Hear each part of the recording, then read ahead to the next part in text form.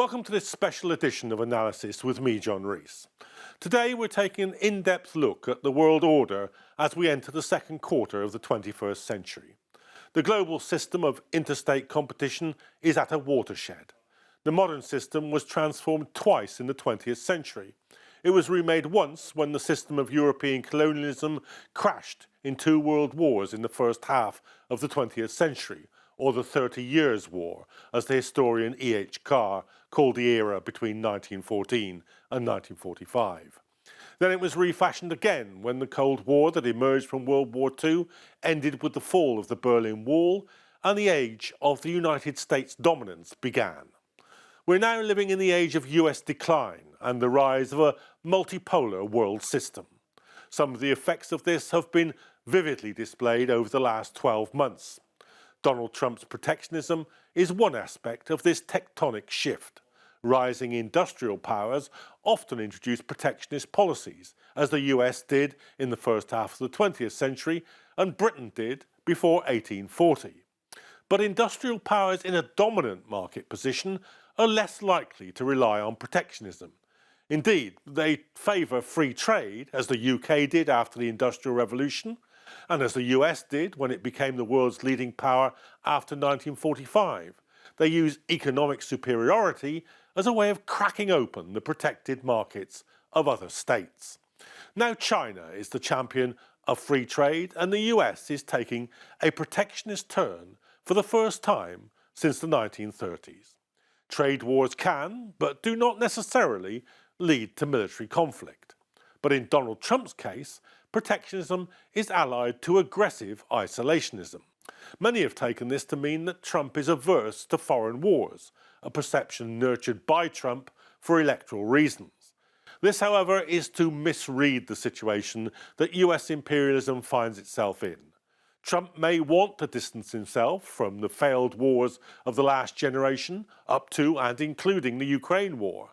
But as recent threats against Greenland, Panama and Canada have shown, he's more than happy to threaten the use of military and economic coercion. Trump wants to concentrate on China. He's an advocate of pronounced hostility to Iran, and his well-known derogatory remarks about NATO are a threat designed to get the European powers to increase their arms spending, a tactic that has been remarkably successful in his first term. He's already launched a similar offensive against European NATO states ahead of his inauguration, demanding that they pay an unprecedented 5% of GDP on arms when the US itself only pays 3.5%. It's surely a sign of a declining US hegemony when the imperial capital can no longer fund its own military supremacy and demands increasing tribute from its satraps.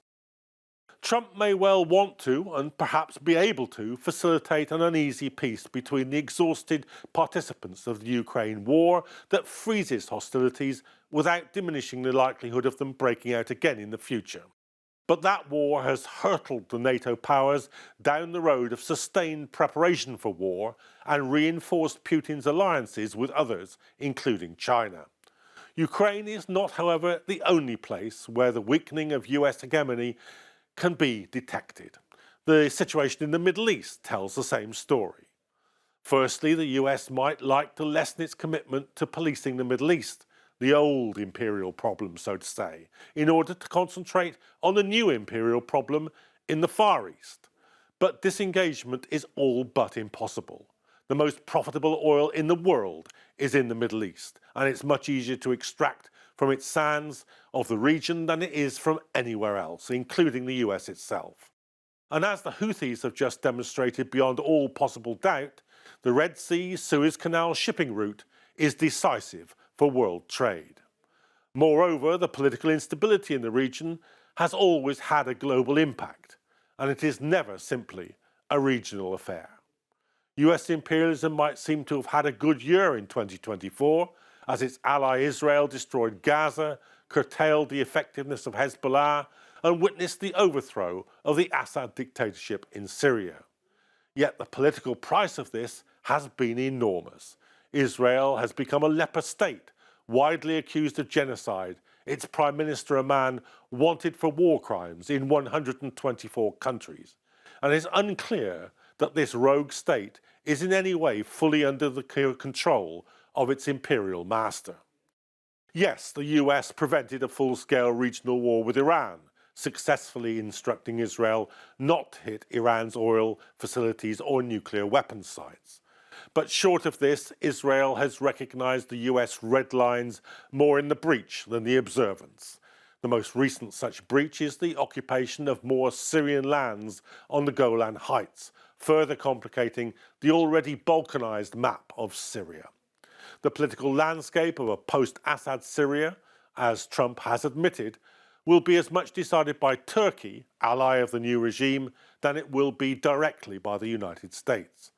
Indeed, it might be said that whatever advantages Israel has created by force of arms has been negated by diplomatic and political damage that this has caused and the prospect of a renewed conflict in post-Assad Syria as the new government confronts the Kurds and, much less enthusiastically, the Israelis. Finally, China itself. For all the difficulties that US imperialism has in extracting itself from European and Middle Eastern commitments, it will continue to concentrate as much force to face the new challenger for global hegemony. In the competitive world market and in a competitive international state system, it cannot do otherwise.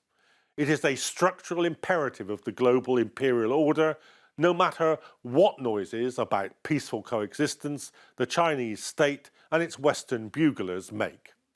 In the past, it was a common expectation that China's economic strength would continue to increase, and that its military power would also rise, and that such a challenge to US imperialism would lead to dangerous international incidents and the threat of a wider war.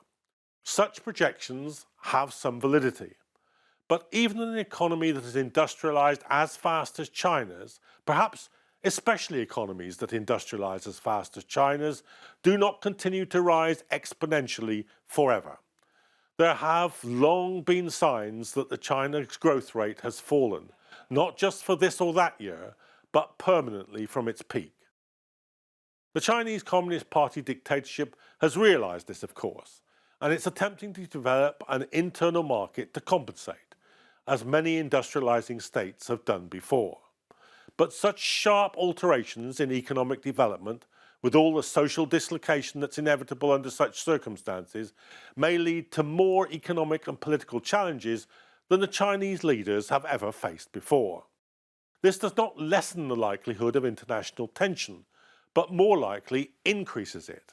Empire and the management of unrest at home are mutual drivers of each other, as both the British and the US ruling classes can well attest from their history.